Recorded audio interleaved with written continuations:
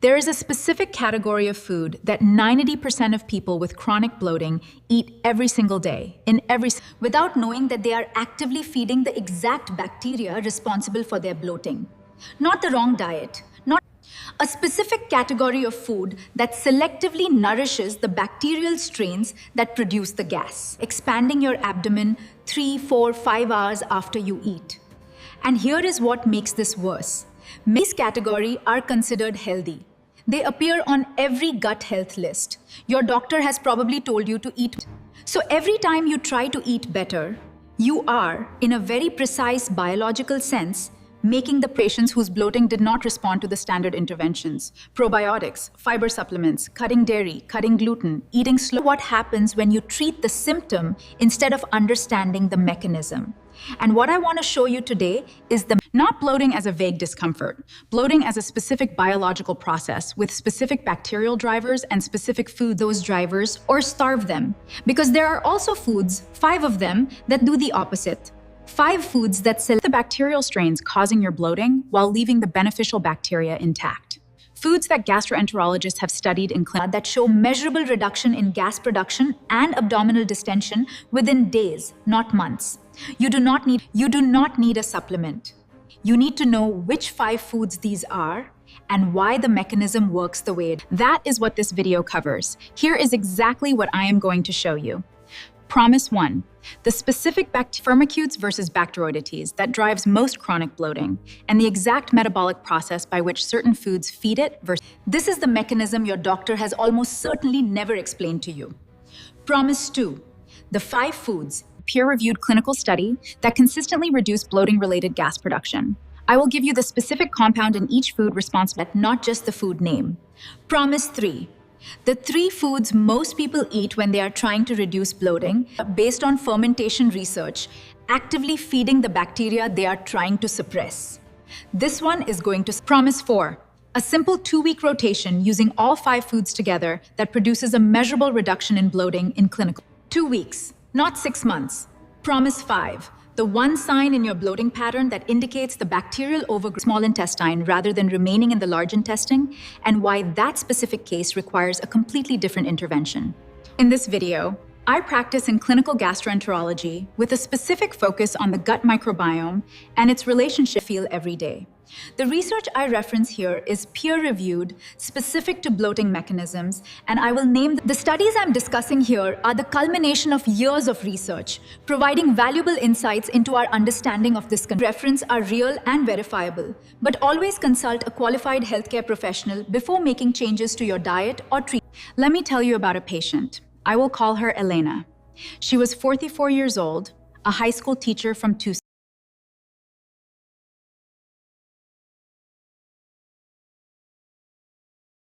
By 4 o'clock, her abdomen was visibly distended. She had tried eliminating dairy. She had tried eliminating gluten. She had a that found nothing abnormal. She was told she had irritable bowel syndrome. She was given a low FODMAP diet. She followed the low FODMAP diet. Her bloating reduced slightly for 6 weeks, then returned to exactly where she came to my clinic frustrated and, frankly, skeptical that there was anything actionable left to try. The first was not order another test. The first thing I did was ask her to walk me through every meal she had eaten the previous 4 days, not her general eating habits, every specific meal with specific ingredients. Here is Elena was eating consistently 4 things that a low FODMAP guide would not flag, but that were based on understand about selective bacterial fermentation, a nearly perfect fuel source for the specific bacterial strains that generate the most bloating associated. She was eating a large serving of oats every morning. She was eating an apple or a pear every afternoon. She was drinking 1 glass of oat milk. And she was eating whole wheat bread that she had bought specific said high fiber on the label. None of those foods are on a standard bloat trigger list. All 4 of them gut healthy by mainstream nutrition guidance. And all 4 of them are high in a specific type of fermentable fiber, very precise inside the large intestine. They selectively feed gram-positive bacteria in the firmicutes phylum, including certain streptococcus and ruminoides, which are particularly efficient producers of hydrogen gas and, in some microbiome profiles, methane. The result is exactly what Elena gas production beginning 2 to 3 hours post-meal. peaking in the mid-afternoon, causing distension, pressure, and what patients often... She needed 5 specific ways to find sustainable relief without having to unbutton their pants by foods that do the opposite of what her current diet was doing. Foods that either directly inhibit the fermentation problematic strains or that feed competing bacterial populations, the Bacteroidetes and bifidobacteria, which crowd out the gas producers and reduce overall... Within 11 days of adding these 5 foods to her rotation and removing the 4 she had been eating, Elena's afternoon had reduced by approximately 70% based on her symptom tracking. She still had some bloating, but the mechanism was clear and the direction was right. Elena's case is not unusual. The pattern I described, inadvertently fuels bacterial gas production, is something I see in the majority of patients who come to me after failing standard bloating. The problem is not their commitment. The problem is that the guidance they have been given does not account for selective ferment. It treats fiber as uniformly beneficial and bacteria as uniformly neutral. Neither is true. Here is what is... Your large intestine is home to approximately 38 trillion bacteria. That number is not metaphorical. 38 trillion. They live in a competitive... Different bacterial families compete for the same food sources. The composition of what you eat determines which families win. That will determine what gases they produce as metabolic byproducts and in what quantities. The 2 dominant phyla relevant, firmicutes and Bacteroidetes. Both are present in almost every human gut in varying ratios. Firmicutes tend to be more aggressive when they encounter certain types of soluble and insoluble fiber, specifically fermentable oligosaccharides. The result is large volumes of hydrogen gas. Some firmicute strains also produce methane through a secondary process involving hydrogen, and methane production is what causes the abdominal distension and pressure most people call bloating. Bacteroidetes are slower. They produce short-chain fatty acids, butyrate, propionate, and acetate, which are anti-inflammatory and beneficial to the gut lining. They produce gas per gram of fiber consumed. A gut where Bacteroidetes dominate will ferment the same amount of fiber and produce of the gas that a firmicute's dominant gut produces. This is the mechanism. This is why 2 people can eat fiber and one bloats dramatically and the other does not. The difference is microbial composition. And microbial composition is influenced by what you eat over a sustained period. Here is where the 5 foods come in. There are specific bioactive... Certain foods have been shown in randomized controlled trials to selectively suppress the fermentation activity of gas-producing firmicutes. At the same time, they promote the growth of Bacteroidetes and bifidobacteria. The mechanism is not probiotic. You are not adding... You are changing the competitive environment so that the bacteria you already have, the ones that produce less gas, become more... This is called selective prebiotic pressure. It is different from standard prebiotic supplementation, which it is more precise, more targeted. And the clinical evidence for specific foods achieving this effect is, as of years of gut microbiome research, considerably stronger than the evidence for most probiotic supplements sold in pharmacies today.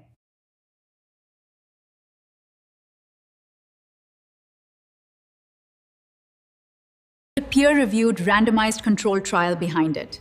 None of them are supplements. None of them are expensive, and most people with chronic bloating are currently eating in therapeutic quantities. There is one more thing I want to tell you before. It is important and it connects to something we will return to at the end. Not all bloating has the same bacterial. The 5 foods I am describing are specifically effective against large intestinal bacterial called SIBO, in which bacteria that should only live in the large intestine have migrated upward. They ferment food much the digestive process, and they produce bloating with a very different pattern. I will show you exactly how to tell. The distinction matters because the treatment is entirely different. Let me give you 3 cases that show how this mechanism plays differently across different people, because the pattern is consistent even when the specifics vary. The first is Marcus. Marcus, a project manager, and his bloating was worst in the evening. He had noticed it started getting worse about 2 years around the time he started taking gut health seriously and switched to a high-fiber diet. He had added a daily fiber, started eating more legumes, and replaced white rice with whole grain alternatives. His gastroenterologist had told him his bloating had tripled. When I reviewed his diet, Marcus was consuming, by my estimate, somewhere between 40 fermentable fiber per day. That is roughly double what a firmicutes dominant microbiome can process without generating significant excess gas. What he was consuming was predominantly fructan-rich, coming from his legumes, his wheat products, and his fiber supplement, which was inulin-based. Prebiotic fiber that feeds both beneficial and gas-producing bacteria. In a balanced microbiome, inulin is helpful. In a firmicute, it is rocket fuel for gas production. Marcus did not need more fiber. Marcus needed different fiber, and he had foods that would begin shifting his microbiome toward a composition capable of handling what he was already eating. With the dietary adjustment, his evening bloating had reduced substantially. He did not change his total fiber intake, he changed. The second case is Priya. Priya was 37, a nurse, and her bloating was postpartum, beginning after her second. She had read extensively about gut health and was already taking a high-quality probiotic. It was not helping. She her dairy intake to almost nothing because dairy was the first thing everyone suggested. Her bloating continued unchanged. Happening with Priya. Her postpartum microbiome had shifted, as is common after pregnancy and delivery, toward a higher firmicutes. This is a documented phenomenon. The probiotic she was taking was a standard lactobacillus and bifidobacterium combination. Those strains are the large intestine, but they do not, in most probiotic formulations at typical doses, create enough competitive pressure to balance against established firmicutes dominance. The probiotic was doing something, it was not doing enough. What Priya needed was prebiotic pressure from not additional bacteria that were already failing to compete. When I walked her through the 5 foods and explained the mechanism, she pushed back on one of them because she had read that it could cause bloating in some people. And we will address that caveat directly when I explain that particular food. The caveat matters, and it is fixable with a simple preparation adjustment. The third case is Robert. Robert was 62, retired, and his bloating had been present his entire life for as long as he could remember. He had lived with it. He assumed it was just how his body worked. His wife had sent him to see me after watching 3 of our videos and deciding he needed to stop accepting it as normal. Robert's case was instructive because his microbiome had had decades to solidify. He was one of the most firmicutes dominant seen in years of practice. His gas production on standard fermentation breath testing was roughly 3 times the normal. He also had a pattern that I want to flag because it relates to the final promise I made at the beginning of this video. His bloating started within 30 minutes of eating, not 2 to 3 hours. That timing is a specific. Large intestinal fermentation takes 2 to 3 hours because food takes that long to reach the colon.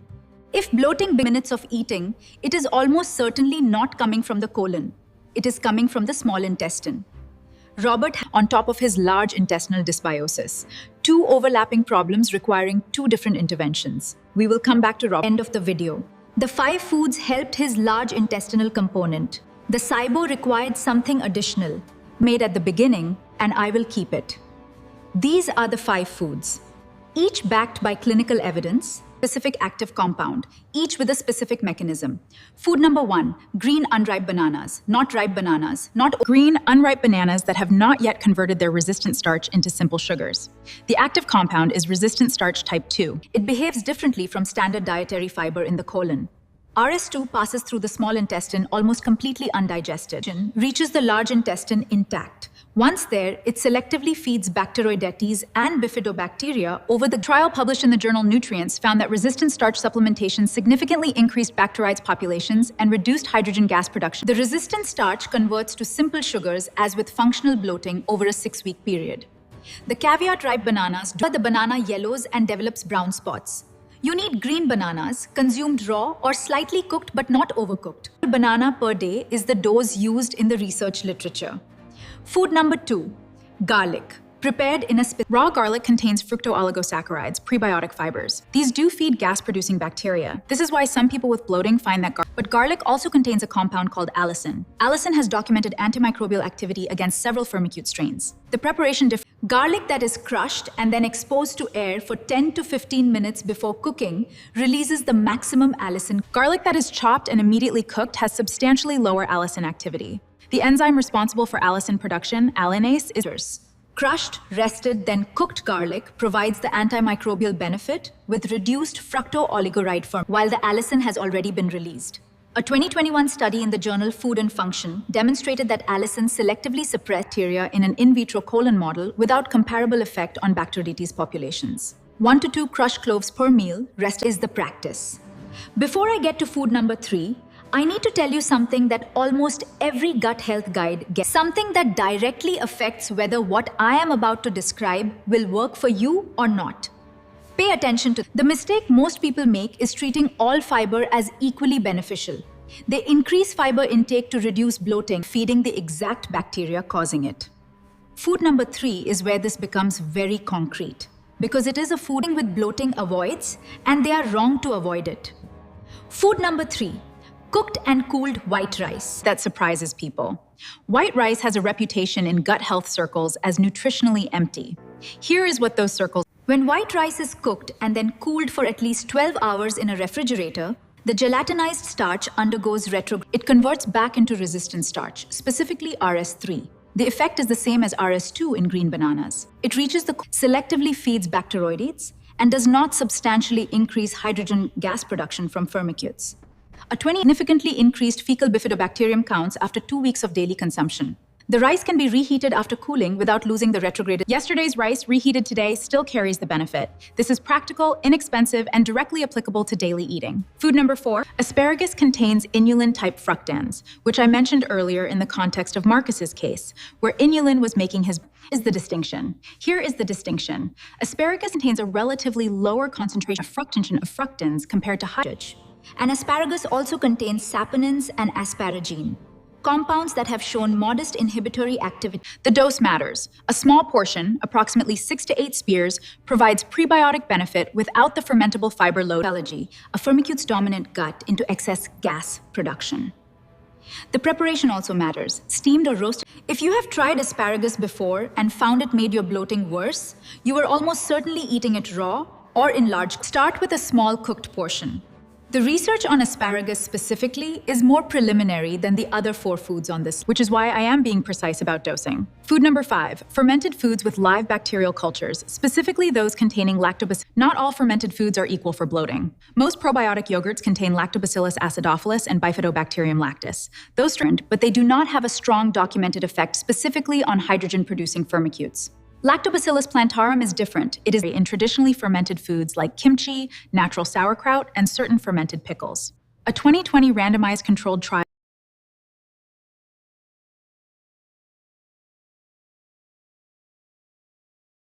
over 4 weeks. The mechanism is competitive exclusion. Lactobacillus plantarum is particularly efficient at reducing their relative abundance. The important qualifier, you need live cultures. Pasteurized sauerkraut sold in shelf-stable cans does not have. Look for refrigerated fermented foods. Check for the contains live cultures on the label. Start with 2 to 3 tablespoons. Almost nobody is aware of this, and it directly affects whether these 5 foods will work as well as they should. The timing of when you eat them relative to other foods in your diet matters in a way that only recently clarifying. The concept is called microbiome competitive loading. When you eat the 5 foods I described on an or at the beginning of a meal, the active compounds and resistant starches reach the colon in advance of the high fermenter that come later. This means the resistant starch has already begun stimulating bacteroides populations by the time the more fermentable fiber. The gas producers have more competition when the fermentable substrate reaches them. When you eat these 5 foods at the end after the high fermentable foods, the resistant starches and allicin arrive after the fermentation process is already underway. The bacterial foods have stimulated are already active. The competitive effect is weaker. The practical rule: eat your green banana, rice, or your asparagus at the beginning of your meal, not as an afterthought. Drink fermented food sources like kefir rather than with the meal. These are small adjustments that do not require changing what you eat. In my clinical practice, I have seen patients who added all 5 foods but experienced minimal improvement until we shifted. Within 1 week of changing the sequence, the results became measurable. This is not in any standard gut. It is in the fermentation research if you know where to look. I am telling you now. Everything I described, the 5 foods, the preparation methods, the dosing guidelines, the 2-week rotation protocol, and the distinction between large intestinal bloating is organized into a single document I have made available for free. It is called the Gut Reset Reference, 1-page PDF that gives you the clinical dose for each food, the preparation instructions, the timing sequence, and a 2-week daily that applies all 5 foods in combination. It is also the resource I give new patients before their first consultation because it answers the questions they would otherwise spend the first appointment asking. You can find the link in the description below this video. There is no purchase, there is no sign-up wall. I made it free because the information is clinical, and it belongs to anyone who needs it. The link is in the description. It is also pinned in the comment. One more thing, if after watching this video you want to test your microbiome composition before making dietary changes, recommend and use with patients is a gut microbiome analysis kit that gives you a specific firmicutes to bacteroides ratio and identifies your dominant gas producer. The brand I trust for clinical accuracy is linked in the description below. I do receive a small commission if you use it, and I want to be transparent about that. It is not required. Everything in this video works without knowing your microbiome. But if you want the data, the link is there. Here is what I want you to take away from this. Chronic bloating is not a mystery. It is not irritable bowel syndrome as a diagnosis that explains nothing. Fault for eating too much or eating the wrong things in a general sense. It is a specific biological process, specific bacterial populations responding to specific foods, many of which you have been told are healthy because they are for a different gut microbiome than yours. The 5 foods I described today are the first step in a direction. They work most reliably against large intestinal fermentation. But I promised at the beginning that I would tell you that pattern from SIBO, and I want to keep that promise properly. Here are the 3 signs that you're bloated from the small intestine, not the colon. First, bloating that begins within 30 minutes of eating, before food reaches the large intestine. Second, bloating that is present first thing in the morning, before you have eaten any, which means fermentation is ongoing even in a fasted state. Third, a history of repeated antibiotic use would trigger for the bacterial migration that causes SIBO. If you recognize one or more of those patterns, the fast today will help the large intestinal component, but they will not resolve the SIBO component. That requires a different ending, and I am covering it in the next video. The link is in the description, and it is also on screen right now. Go watch it after this one. If you found what I explained here useful, a like helps reach more people who need this information. And if you have a family member, a friend, someone who has been told there's more to do about their bloating, send them this video, specifically this one, because what I described here is the mechanism. Never get the mechanism explained to them. Subscribe if you want the next video. I publish every week and I do not repeat.